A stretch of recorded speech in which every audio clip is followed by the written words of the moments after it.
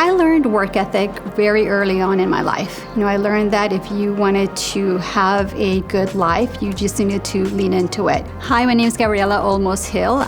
I grew up in a family that had several businesses in Mexico. In the 1980s, we had one of the biggest devaluations in the currency, and all of my parents' loans were recalled. So as a result, we were bankrupt. My mother had the brilliant idea of going to this little town called Chinconcuac to buy wool sweaters and drive 3 days to the Mexico-Arizona border and sell them. So we had a sign that said wool sweaters $25, and they were gone within half an hour.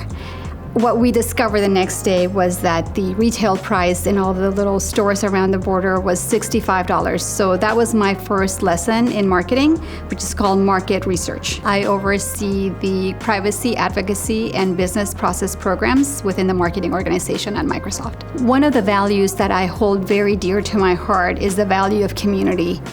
And I think that comes from having a Mexican heritage and growing up in a family that was very close-knit.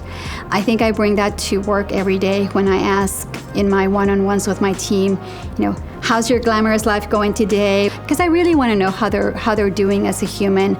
The other thing that I love is seeing the stories of people that came in, like myself, with imposter syndrome and maybe didn't think that they would be able to get a job at Microsoft, but I see success stories every single day. When I think about my future at Microsoft, being able to identify things that I can fix along with my team, that gets me really excited. It's like, how do we get incrementally better so that we can drive more impact?